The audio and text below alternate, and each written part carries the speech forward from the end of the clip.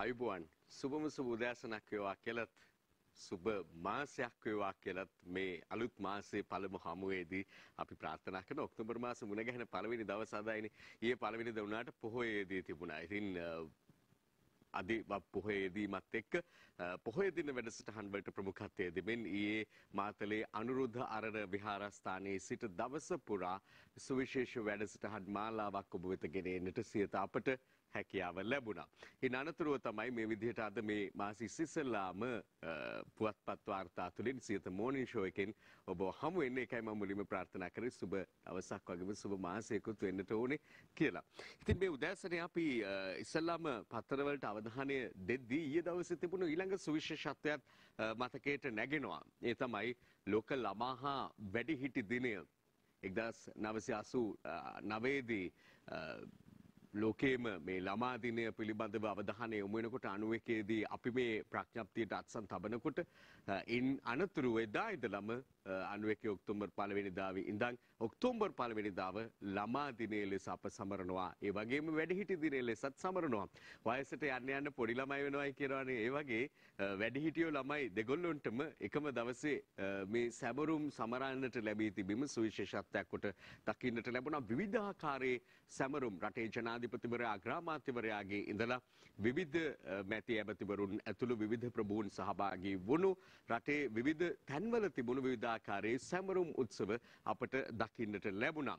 ඒ අතරේ දවසක් විතරක් මොකටද ළමයින්ට කියන එක තමයි ගොඩ දෙනෙක් ඇහුවේ. හැමදාකම මේ දරුවන්ගේ හැම දවසක්ම අනාගතය පෝෂණය කරන දවසක් බවට පත් වෙනවා. වගේම අද දවසේ අනාගතේ බහර ගන්න ඉන්න දරුවන්ගේ දවසක් බවට හැම දවසක්ම පත් වෙනවා. ඒක ඊයටත් එහෙමයි අදටත් එමයි. හැමදාම අපි ළමයි කෙරෙහි අවධානය යොමු කරමින් දරුවන්ට ප්‍රමුඛත්වය දෙමින් අර හොඳම දේ දරුවන්ට කියනවා වගේ කටයුතු කිරීමේ වැදගත්කමත් ඒ වගේම වැඩිහිටි ප්‍රජාවගේ ඒ උන් පිළිබඳව අවධානය උන්ටත් අවශ්‍ය රැකවරණය ආදරය කරුණාව දයාව පෙරදැරිව යන සමාජයක් හරි සුරක්ෂිතයි හරි සුන්දරයි කියන එක තමයි ඕන කෙනෙක්ගේ අදහස බවට පත් වෙන්නේ. අපි එතනින්ම ආරම්භ කරමු. ඡායාරූපකින් පටන් ගන්න හිතුවා. අද දිවයින පුවත්පතේ ඡායාරූපයට අපි ඉස්සලා මෙමු ලෝක ළමා දිනය සමරා ජනපතිගෙන් පාසල් සඳහා පුස්තකාල.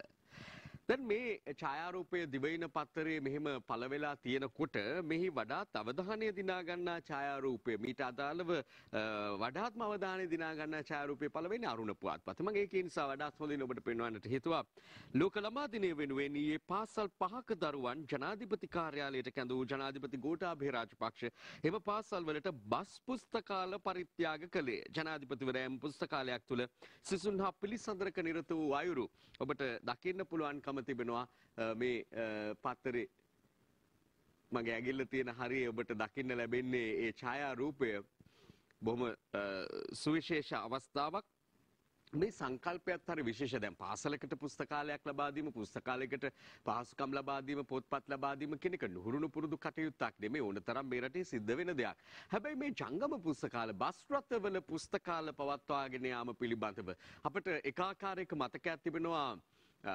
හොරණ ප්‍රදේශයේ මගේ මතකයේ හැටියට එක්තරා පාසලක මේ ආකාරයෙන් බස් රථයක් තුල අබලන් වෙලා ගිය මගේ ප්‍රවාහනයට යොදාගත නොහැකි තත්ත්වයේ පසු බස් රථයක් නවීකරණය කරලා ඒ තුල පුස්තකාලයක් පවත්වාගෙන යන පාසලක් පිළිබඳව අපට අහන්න ලැබිලි. පිළිබඳ තොරතුරු අපි යම් කාලයකට පෙර ඔබට ඉදිරිපත් කළා. ඒ ආකාරයෙන් රටේ තොටේ තැන් වල විවිධ සංකල්ප අනුව මේ විදිහට පුස්තකාල බිහි වෙන්න පටන් ගත්තා. ඒ අනුව තමයි මේ ධාවන තත්ත්වයෙන් බැහැර කරලා තියෙන බස් රථ ධාවන තත්ත්වයේ හොඳ මදි බස් රථ නවීකරණය කරලා මේ විදිහට පුස්තකාල විදිහට පවත්වාගෙන යාම ගැන අවධානය යොමු වුණේ. ඒ වගේම දුම්රිය මැදිරිවලුනුත් මෙවැනි ප්‍රයෝජන ගත හැකි බව පහුගිය කාලේ අවධානය යොමු වුණා. ඉතින් එක පැත්තකින් ඒවයින් ප්‍රයෝජනයක් ගැනනවා. ඒ වගේම මේ තුල ගොඩනැගෙන්නේ අනාගතයක්, දැනුම් සාගරයක්. ඒකයි ඊළඟ සුවිශේෂත්වයේ බවට පත් වෙන්නේ. ජනාධිපතිතුමා එහෙම වැඩකට මැදිහත් වෙනකොට එහි ප්‍රමුඛත්වයේ ගන්නකොට අග්‍රාමාත්‍යතුමා මොකද කරේ? ඊයේ ළමා දිනයත් එක්ක අද මව්බිම පත්තරේට අපි එමු. රටේ සෑම පළාතකම ළමා රෝහලක් ඉදිවිය යුතුයි.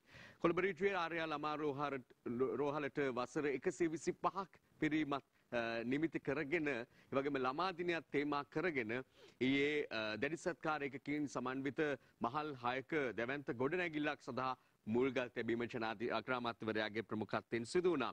ඔබ දැන් මේ දකිනවා යම් විවෘත කිරීමේ අවස්ථාවකටත් අග්‍රාමාත්‍යවරයා සහභාගී වී සිටින ආකාරය ඒ සමගම තමයි එතුමා මේ කියු කාරණාව සඳහන් කොට තිබෙන්නේ රටේ සෑම පළාතකටම ළමා රෝහලක් ඉදි විය යුතුයි කියන එක.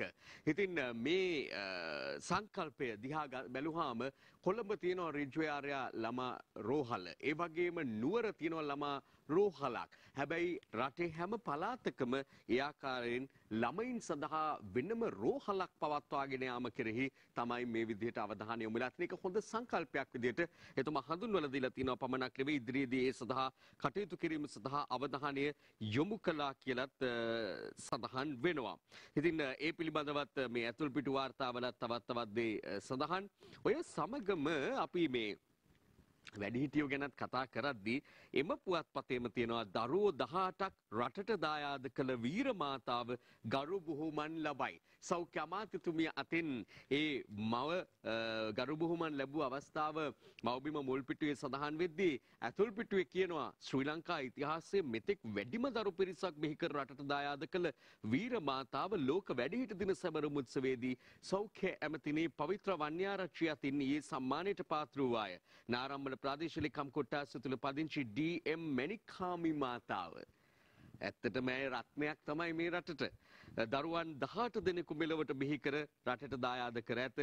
88 වැනි වියෙහි පසුවන ඇය අදත් සෞඛ්‍ය සම්පන්නව පසුවන්නීය. ශ්‍රී ලංකා පදනම් ආයතනයේදී තමයි මේ උත්සවය පැවැත්වුණේ. අනේ වාසනාවන් ඒ අම්මට තව තවත් නිදුක් නිරෝගී සුව ලැබෙන්නට ඕනි කියලා අපිත් ප්‍රාර්ථනා කරමු. මෙවැනි උතුම් මව්වරු මාතෘත්වයට සැබවින්ම උපහාරයක් වන ගෞරවයක් වන මෙවැනි මව්වරුන්ට පියවරුන්ට අපේ ප්‍රණාමය පිරිනමන්නට ඕනේ. ඇතුල් පිටු වාර්තා කීපයකුත් තියෙනවා. අපි ඒ වෙත යොමු වන්න කලින් ඒ අම්මා කවුද කියලා පෙන්නලා හිටියොත් හොඳයි කියලා මට හිතෙනවා. මෙන්න මේ කුඩාවට තියෙන ඡායාරූපය ඔබට දකින්නට ලැබෙයි. දැන් ඔබට දකින්නට පුළුවන්කම තියෙනවා සෞඛ්‍ය අමාත්‍යතුමිය අතින් ඇය උපහාර ලබනවා. සමහර වෙලාවට දරුවෝ 18 නෙමෙයි දරුවෝ 7-8 දෙනා වදපු අම්මලා තැන් තැන්වල දාලා ගිය පුවත් අපට අහන්න දකින්න ලැබිලා තිනවා. ඊයේත් එවැනි කතත් මතු වුණා. එවැනි සිද්ධිත් මතුවලා ආවා මේ ලෝක වැඩිහිටි දිනය ළමා දිනේ එදෙනකොට දරුවන්ට ඒ ආකාරයෙන් සිදු වී තිබෙන දේ පිළිබඳව අපි අද මව්බිම පුවත්පතේ ඇතුල් පිටු වාර්තාවක් වෙත ඒ නිසා අවධානය යොමු කරන්න ඕනේ. සෞඛ්‍ය අමාත්‍යනි පවිත්‍රා වන්‍යාරච්චි මේ වැඩිහිටි දිනය සමරමින් කියු කාරණාවක් වැඩිහිටියන් කියන්නේ Tamanගේ තරුණ කාලයේ මාතෘ භූමියට විශාල කැපකිරීමක් කළාය. ඒක තමයි සෑම විටම අප මතක තබා ගත යුතු සැබෑ කාරණාව කියලා අපත් විශ්වාස කරනවා. Tamanගේ තරුණ වියේදී කායික මානසික ශක්තිය හොඳින් පවතින කාලයේදී හැකියාවේ හැටියට තම තමන් උගත් වෘත්තියේ හැටියට මේ රටට කරපු බහුතරයක් දෙනා තමයි අද ජ්‍යෙෂ්ඨ පුරවැසියෝ වැඩිහිටියෝ බවට මේ රටේ පත් වෙලා ඉන්නේ. ඒ නිසා අපි ඔවුන්ව පසකලා පැත්තකට දාලා කටයුතු කරන්න කොහෙත්ම අපට අයිතියක් නැති බවත් එය ගුණගරුක සමාජයක ශිෂ්ට සම්පන්න සමාජයක තත්ත්වය නොවන බවත් අප වටහා ගත යුතුයි. ඒකම මව්බිමේ 3 වෙනි පිටුවේ තියෙන මෙන්න මේ කාරණා ටික ඇහුවාම නම් බැලුවාම නම් ඇති වෙන්නේ වෙනත්ම හැඟීමක්. නමුත් කනගාටු වෙනවත් ඉදිරිපත් කරන්න ඕනි කියලා මා හිතුවා. 80 පැන්න ටියුෂන් මාස්ටර් 18 හැවිරිදි සිසු දරුවා කෙලෙසන්නට ගිහින් ලෝක ළමා දිනේදා වැඩිහිටියෙකුගෙන් අනගරැඟුම් වැඩිහිටියෝ සහ දරුවෝ අතර බොහොම හොඳ සහසම්බන්ධයක් ආදරණීය ප්‍රේමණීය බැඳීමක් තිබෙන්නට ඕනි කියලා අප කොතෙකුත් කතා කළා. අතරින් පතර මෙවැනි කාරණාත් මතුවද්දී ඔන්න ඕවායින් දරුවෝ මුදා ගන්නට අවශ්‍ය වැඩපිළිවෙලක වැදගත්කම පේනවා. වටරැක එලිමහන් කඳවුරේ සංවේදී මොහොතකුත් ඔය අතරේ දකින්න පුළුවන් එම පුවත්පතේම ලෝකෙම ළමයින් දෙස ඇස්සර බැලූදා ඉපදුනත් ඊයේත් අදත් කුසගින්නේ. එහෙම පවුලුත් මේ රටේ ජීවත් වෙනවා. එහෙම දරුවොත් මේ රටේ ඉන්නවා. කන්න බොන්න ටික නැතුව පාසලට යන්න බැරි වෙච්ච පවුල් ගැන අපිට තොරතුරු ගිනිගත්තේනෙන් පහුගිය කාලේ අහන්නට ලැබුණා. මේ දැන් ඔබට පේන්නේ අවසාන වශයෙන් ඔබ දැක්කේ පවුල පිළිබඳ කාරණාව. ඒ කියන්නේ මේ කුසගින්න ඉන්න පවුල පිළිබඳ කාරණාව. කෙසේ වෙතත් තත්ත්වය ඕකයි. සුන්දරව අපි දැක්කාට ඒ ඇතුලේ අසුන්දර කතාත් තිබෙන බව අපි අවබෝධ කරගත යුතුයි. සංඛ්‍යාලේඛන දිහා බැලුවාමත් තිබෙන තත්ත්වයේ තරම්ම සතුටුදායක නෑ කියන එකත් අපි විශේෂයෙන් සඳහන් කරන්න ඕනේ. ඉතින් ලෝකෙත් ලංකාවේ තත්ත්වය දිහා බලුවාම දරුවන් සඳහා දරුවන්ගේ ආරක්ෂාව සහ දරුවෝ ශක්තිකරණයට ලක් කිරීම කියන දෙයන්ශයම ගැන වඩාත් වැඩි අවධානයක් යොමු කරන්නට හොඳම කාලේ මේකයි කියමින් ඊයේ දවසට විශේෂත්වයක් එක්කාසු කළ ළමා හා වැඩිහිටි දිනය පිළිබඳව විවිධ පුවත් වාර්තා එලෙස අපි උපුටා ගත්තා. කාරණා ගණනාවක් තියෙනවා අපි ඉක්මනින්ම අවධානය දෙමු. දිනමින ප්‍රධාන සිරස්තලයේ සඳහන් කටුනායක ගුවන්තොටුපළේ දෙවන පර්යන්තය ඉදිකිරීම වසර 3කින් නිම කරන්න ජනපති උපදෙස් දෙයි. බණ්ඩාරනායක අන්තර්ජාතික ගුවන්තොටුපළේ දෙවනි පර්යන්තය ඉදිකිරීම 2023 අවසන් වෙන්න කලින් නිම කරන්න කියලා ඊයේ තිබ්බ සුවිශේෂ සාකච්ඡාවකදී ජනාධිපතිවරයා අවධාරණය කරනවා. ගුවන් සේවා අපනයන කලාප සංවර්ධන රාජ්‍ය අමාත්‍යාංශයේ දිරි සැලසුම් පිළිබඳ සාකච්ඡාවේදී තමයි මෙලෙස ජනාධිපතිවරයා අවධාරණය කරන්නේ. ඒකම මේ මාර්ග ඉදිකිරීම ගැන දිනමිනේම පල්ලෙහායින් ඊට පහළින් වාර්තාවක් තියෙනවා. කලට වෙලාවට පාරවල් හදන්න බැරි කොන්ත්‍රාත්කරුවන් වහාම ඉවත් කරනවා කියලා තමයි එහි දැක්වෙන්නේ. ජාතික ආරක්ෂාව අනතුරේ හෙළෙන ඕනෑම රටකට එහි ප්‍රතිවිපාකවලට මුහුණ දීමට සිදුවනවා. ශ්‍රී ලංකාව එක්සත් ජාතීන්ගේ මානව හිමිකම් කවුන්සිලයට අවධාරණය කළ අවස්ථාවක් පිළිබඳවත් දිනමින අද වාර්තාකරණයේ යෙදෙනවා. මේ ඔබ දකින්නේ ඒ මා කියූ ඇතැම් වාර්තාවන් ප්‍රධාන සිරස්තල දිනමිනේ සටහන් වී ඇති ආකාරය. දැන් මේ ජනාධිපතිවරයා බණ්ඩාරනායක ජාත්‍යන්තර ගුවන්තොටුපළ පිළිබඳව එලෙස අදහස් දැක්වා වගේම දිවයින අද වාර්තා කරන්නේ අර ගිනිගත්තු නැව පිළිබඳව. ගිනිගත් නැව තවම වන්දි ගෙවල නැහැ. මුහුදු සීමාවෙන් යන්න හදනවා. විමසිල්ලෙන් ඉන්න සමුද්‍රීය පරිසර ආරක්ෂණ අධිකාරිය නාවික හමුදාව ඇතුළු බලධාරීන්ට දන්වයි.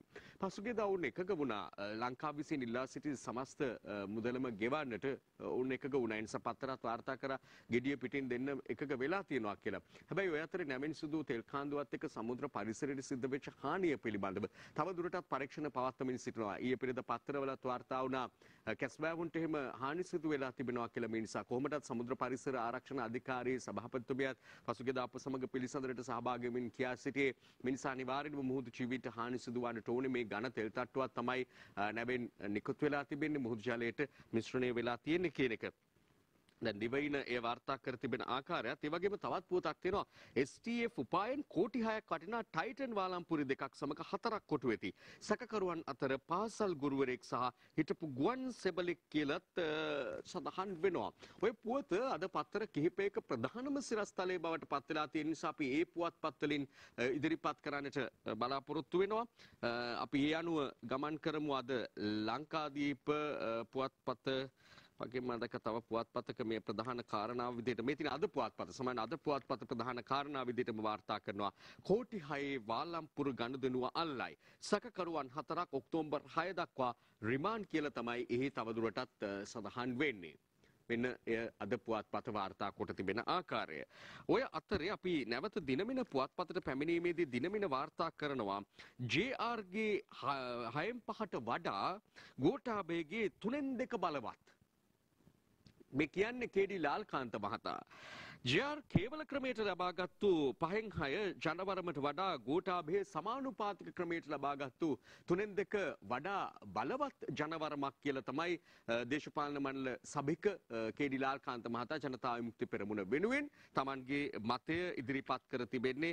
එය අපට මේ ආකාරයෙන් දකින්න පුළුවන්කම තියෙද්දී අද දිනමින පුවත්පතේ මේ 3න් 2 ලබාගත්තාට 20 වන සංශෝධනය පිළිබඳව ඉදිරි තත්ත්වයන් හිදී මේ 3න් 2 ගැටලුවක් මතුනොත් මොකද කරන්නේ කියන එක පිළිබඳව අද පුවත්පත වාර්තාවක් ගෙනවනවා. 20ට 3න් 2 ගන්න මෙහෙයුමක්. ආණ්ඩුවේ හවුල්කාර පක්ෂයක් හදිස්සියේ වෙනස් වුවහොත් විපක්ෂයෙන් ගන්න සාකච්ඡා. රහස් ඡන්දයක් නොපවත්වා නාමික ඡන්ද විමසීමකට විපක්ෂය ගෙනෙන යෝජනාවටද කැමැත්තක් කියලා ප්‍රශ්නාර්ථයක් සහිතව අද පුවත්පත වාර්තා කරනවා. දැන් මේ හවුල්කාර පක්ෂයක් කියලා සඳහන් කරනකොට සාකච්ඡා වෙනකොට පසුගියදා ශ්‍රී ලංකා නිදහස් පක්ෂය නම් වෙනමම කණ්ඩායමක් මේ සඳහා පත් කරනු ලැබුවේ යාලි සමාලෝචනය කිරීම සඳහා. නමුත් ඔවුන් මුලදී මේ රජයේ ක්‍රියාදාමයත් එක්ක ගමන් කරනවා කියමින් තමයි 20 වෙනි සංශෝධනය පිළිබඳව බොහෝ විරෝධතා දසතින් ගොනු වෙන්නට පටන් ගන්නකොට මේ ආකාරයෙන් නැවත කමිටුවක් පත් කළ නිමල් සිරිපාල අමාත්‍යවරයාගේ ප්‍රධානත්වයෙන් ඒ පිළිබඳ යලි සමාලෝචනයකදීලා ඒ පක්ෂයට නිර්දේශ ඉදිරිපත් කරලා ඒ අනුව තීරණයක් ගන්නවා කියන එක පිළිබඳව සාකච්ඡා වෙන්නේ. අපි ඊළඟට දකින තව සුවිශේෂ පුවතක් තියෙනවා අරුණ පුවත්පතේ අද වාර්තා වෙලා සුනාමි දරුවාගේ අයිතිය හොයන්න DNA පරීක්ෂණ. ඔබට මතක ඇති පසුගියදා අපි ඉදිරිපත් කළා මේ පුවත සයින්දමර්දු ප්‍රදේශයේ පවුලක දරුවෙක් පසුගිය සුනාමි ව්‍යසනයේදී වෙන්ව ගිය දරුවා මේ පවුලෙන් වෙනත් පවුලක් විසින් ඒ සිංහල පවුලක් කියලා තමයි සඳහන්ව තිබුණේ මේ මුස්ලිම් පවුලක් කියලා කෙසේ වෙතත් සිංහල පවුලක හැදුණු වැටුණු මේ දරුවා නැවත වතාවක් Tamanගේ නියම මව සොයා ඒම පිළිබඳව වාර්තා කළා. හැබැයි දැන් ඒ හදා වඩාගත්තු පවුලේ අම්මත් මේ දරුවට අයිතිවාසිකම් කීමත් එක්ක දැන් DNA පරීක්ෂණයක් කරලා ඒ පිළිබඳව නිසි අයිතිය තහවුරු කර ගැනීමක් කරන්න වෙනවා කියලා පොලිසිය ප්‍රකාශ කරනවා. හුණුවටේ කතාව මතක් කරන මේ සිද්ධිය එක පැත්තකින් හරි අනුවේදනීයයි.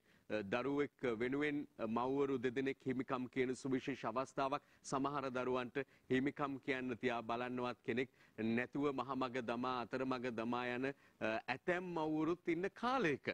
අපි ඊළඟට බලමු මේ තවත් ප්‍රධාන සිරස්තලයක් විදිහට පත්තර දෙක තුනකම අපට මුණ ගැහෙන කාරණාවක් තියෙනවා.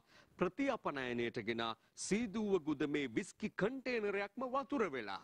ලීටර 11,000කට වෙච්ච දෙයක් නෑ. ගෙනාවේ 2018 දී යමන්න තිබුණේ 19 දී බදු වංචාව කෝටි 4යි. ඒ මව්බිම අද වාර්තා කරන්නේ එහෙමයි. ලංකාදීපේ ප්‍රධාන සිරස්තලයේමයි විස්කි කන්ටේනරයක් හිටි හැටියේ වතුර වෙලා ව්‍යාපාරිකයන් 8කගෙන් ප්‍රශ්න කරයි බදු වංචාවෙන් කෝටි 4ක පාඩුවක් කියලා වාර්තා කරලා තියෙනවා ලංකාදීප පුවත්පතත්. ඒ අතරේ මව්බිමේ තියෙන තවත් ප්‍රධාන කාරණාවක් ඒ සමගම විල්පත්තු කැලේ ඉඩම්වලට අයිතිකරුවෝ පෝලිමේ අක්කර 115කට අයිතිවාසිකම් කියන අයෙකුත් ඇවිත් අක්කර 115කට අයිතිවාසිකම් කියන අයෙක් ලේසිපාසු ප්‍රමාණයක් නෙවෙයි. විල්පත්තු ජාතික වනෝද්‍යාන පාලක උපුටා දක්වමින් ඒ පුවත මව්බිම ගෙනෙන්නේ අර කලින් විස්කි කතාවයි මේ වනෝද්‍යානය පිළිබඳ කතාවයි දෙකම විල්පත්තුව ගැන කතාවයි දෙකම එකට දැන් ඔබට ඒ දකින්නට ලැබුණේ. ඔය අතරේ අපි තවත් අවස්ථාවක් වෙත අවධානය යොමු කරමු. ගමන් කරන්නේ අද පුවත්පත වෙත. දඟයා නොවී හිටියනම් මොකුත් නෑනේ කියලා නම් කරපු ඡායාරූපයක් මම ඔබට පෙන්වන්න හිතුවා. චමල් රාජපක්ෂ අමාත්‍යතුමන් එක්ක රිෂාඩ් බදියුදීන් මැතිතුමා එකට ඉන්න විශේෂ අවස්ථාවක ගත්තු ඡායාරූපයක් නම් කරනවා අද පුවත්පත. දඟයා නොවී හිටියනම් මොකුත් නෑනේ කියලා. ඊළඟට අපි මොකුත් නෑනේ කිව්වහම එක එක අපිට ඔළුවට එනවා. අදටත් ඉතින් විවිධ චෝදනා තිබුණට මොකුත් නෑනේ කියලා තමයි ජනතාවත් කියන්නේ. වෙච්ච දෙයක් නෑනේ කියලා. පාස්කු ඉරුදින බෝම්බ ප්‍රහාරය පිළිබඳ ජනාධිපති කොමිසම උපුටා දක්වන වාර්තාවක් අද මුණ ගැසෙනවා අද පුවත්පතේ. 2016 වසරේදී ජාතික ආරක්ෂක ප්‍රතිපත්තියක් සකස් කර තිබූ බවට මේ වනතුරු දැන සිටියේ නෑ. හිටපු පොලිස්පති පූජිත් ජයසුන්දර. මේ වෙනුවෙන් ආයතනයක් අධ්‍යයන ආයතනයක් පිහිටුවීම පිළිබඳව Taman කිසිසේත් නොදැන සිටි බව එතුමා පසුගියදා ප්‍රකාශ කරනවා. දවස් 7ක් විතර එතුමා මේ විදිහට ප්‍රකාශ ලබා දෙනවා. සුවිශේෂ වැදගත් කාරණා ආందోලනාත්මක කාරණා රැසක් අනාවරණ කරනවා මේ පාස්කු කොමිසම හමුවේ. ඉතින් අපි බලමු ඉදිරියේදී එතුමා වගේම හිටපු ආරක්ෂක ලේකම්වරයා තවත් බොහෝ ප්‍රධානීන් මේ වන විට හෙළිදරව් කොට තිබෙන කරුණු කාරණා අනුව කුමක්ද සිදුවන්නේ කියලා එළඹෙන 5 වෙනිදා සහ 6 වෙනිදා හිටපු ජනාධිපතිවරයා සහ වකාග්‍රාමාත්‍යවරයාත් මේ කොමිසම හමුවට පැමිණීමටයි නියමිතව තිබෙන්නේ. එයත් අපි අවධාරණය කරන්නට ඕනේ. ඊළඟට මේ 20 වෙනි සංශෝධනය පිළිබඳවම අදාළ වෙන යම් කාරණාවක් ගැබ්ව තිබෙනවා අද පුවත්පතේ මුල් පිටුවේ. කවුරු උපදෙස් දුන්නත් මේ ඒකාධිපති බලතල නිසා රටටත් තමාටත් වෙන හානිය ජනාධිපතිවරයා අවබෝධ කරගනු ඇතැයි විශ්වාස කරනවා කියලා හිටපු ජනාධිපතිනි චන්ද්‍රිකා කුමාරතුංග උපුටා දක්වමින් අද පුවත්පත එලෙස වාර්තා කොට තිබෙනවා. අපි කලින් ඉදිරිපත් කළ වාර්තා තිබෙන නිසා මේ ආකාරයෙන් පෙන්වන්නට හිතුවා. ඔබට බලන්න පුළුවන් වෙයි ඒ පිළිබඳව. ඒ සමගම අපි අරුණ පුවත්පතේ දකිනවා අංගොඩලොක්කාගේ බස් 6ක් මගී ප්‍රවාහනයේදී ඉන්දියාවේදී පසුගියදා ඝාතනයට ලක් වුණා කියන අංගොඩලොක්කා කියන ප්‍රකට පාතාල කල්ලි නායකයා බස් රථ 6ක් ප්‍රවාහනයට යොදා තිබූ බව තමයි තොරතුරු අනාවරණ වෙනවා කියලා කියන්නේ. ඔය අතරේ මෙන්න මෙහෙම පුවතකුත් වාර්තා වෙලා තිබුණා. මම හිතන්නේ ඒකටත් අවධානය දීම වැදගත්. ඉන්දියාවේ මත්ජාවාරම මෙහෙයවන්නේ ශාරුක් රන්බීර් අර්ජුන් ඩිනෝ ඉන්දිය මාධ්‍ය වාර්තා කරයි. සුශාන්ත් සිං කියන තරුණ නළුවා සියදිවි හානි කර ගැනීමත් එක්ක ඔහුගේ පෙම්වතියව අත්අඩංගුවට පත්වීම සිදු වුණා. ඒ අනතුරුව ජනප්‍රිය රංගන ශිල්පිනියන්ගෙන් ප්‍රකාශ ලබා ගැනීම සිදු වුණා. ඉන්දිය මාධ්‍ය දැඩි විමසිල්ලෙන් කටයුතු කරනු ලබනවා ජනප්‍රිය චරිත පිළිබඳව විශේෂයෙන් නළු නිලියන් පිළිබඳව. ඒ අනුව ඉන්දිය මාධ්‍ය මේ වන විට වාර්තා කරනවා මේ මද්ද්‍රව්‍ය ජාවාරම් පසුපස ජනප්‍රිය චරිත ඉන්නවා කියන එක මේක බරපතල චෝදනාවක්. විශේෂයෙන් ශාරුක් ખાන් වැනි අයට එල්ලවන බරපතල ගණයේ චෝදනාවක්. අපි බලමු ඔවුන්ගේ පාර්ශවයෙන් ඔවුන්ගේ නීතිඥ මාර්ගෙන් මොනවද ඔවුන් තවදුරටත් ඉදිරියට මේ පිළිබඳව ඉදිරිපත් කරන්න කියලා. ඉන්දියාවේ සිට මෙහෙවන මජ්ජාවාරම් දෙකක් දැලේ කියලා පුවතකුත් ඔය අතරේ අපට වාර්තා වෙද්දි මා දැක්කා රාහුල් ගාන්ධි පිළිබඳ පුවතක් වාර්තා වෙනවා. එක් පුවත්පතක ලංකාදීප පුවත්පතේ රාහුල් ගාන්ධි අත්අඩංගුවට ඉන්දියාවේ කොංග්‍රස් පක්ෂ නායක රාහුල් ගාන්ධි ඔහුගේ සහෝදරිය ප්‍රියංකා ගාන්ධි වද්‍රා ඇතුළු කොංග්‍රස් පක්ෂයේ ජ්‍යෙෂ්ඨ නායකයෝ කිහිප දෙනෙක් පොලිස් අත්අඩංගුවට පත් වුණු අවස්ථාවක් පිළිබඳව තමයි මෙලෙස අද ලංකාදීප පුවත්පත වාර්තා කරන්නේ. විස්තර සහිතව මේවා බලන්න තරම් ලොකු වෙලාවක් අපිට නැහැ. ඒ අතරේ අපි මව්බිම පුවත්පතෙන් තවත් පුවතක් වෙත ඉක්මනින් යමු විරාමයකට යන්න තිබියදී 13 ගැන ඉන්දියාවේ බලපෑම් වලින් ලංකාවට බේරෙන්න බෑ කියලා පුවතක් වාර්තා වෙනවා. මෙහෙම කතාවක් කිව්වකම ඉන්දියාවෙම කවුරු හරි දේශපාලනඥයෙක් දකුණු ඉන්දියාවේ දේශපාලනඥයෙක් වගේ කෙනෙක් කියන්නේ නැති කියලා අපිට බැලුබැලමට හිතෙන්නේ. හැබැයි මේ කියන්නේ ආර් සම්බන්ධන් මැතිතුමා. ඉන්දියාව 13 ගැන ඉන්දියාවේ බලපෑම් වලින් බේරෙන්න ලංකාවට බෑලු. එතුමා ප්‍රකාශ කරනවා පසුගියදා ඉන්දියා අග්‍රාමාත්‍ය නරේන්ද්‍ර මෝදි මහතාත් අග්‍රාමාත්‍යවරයා එක්ක මේ ගැන සාකච්ඡාවක් පැවැත්වූ බව වාර්තා වෙනවා. හැබැයි රජයේ ස්ථාවරය පිළිබඳව තවම දන්වා නැහැ. මේ පිළිබඳව මොකද්ද කරන්නේ කියන එක පිළිබඳව. එhmenan අපි විරාමයේ කරා යොමු වෙමු. අවසාන වශයෙන් මෙන්න මේ වාර්තාවට අවධානය දෙමින් අපි විරාමයට යාමට සූදානම්. බූවැලිකඩ කඩා වැටුණු ගොඩනැගිල්ල ගැන පිටු 21ක වාර්තාවක් මධ්‍යම ආණ්ඩුකාරවරයා වෙත ලබා දුන්නා කියලා සඳහන් වෙද්දී සජිත් ප්‍රේමදාස මැතිතුමා කියනවා වත්මන් ආණ්ඩුවට රටේ ආර්ථිකය පාලනය කළ නොහැකි කියලා. එය අද දිනමින පුවත්පතේ මෙන්න මේ ආකාරයෙන් වාර්තා වෙලා තිබෙනවා. ඒ සිරස්තලයත් එක්ක අද දවසට අදාළ පිළිසඳර තුලින් අපි මුණ ගැසෙමු. දිනපතා අලුත් වීඩියෝ සහ ප්‍රවෘත්ති නැරඹීමට ඉහත බටන් එක ක්ලික් කර සියත TV සබ්ස්ක්‍රයිබ් කරන්න.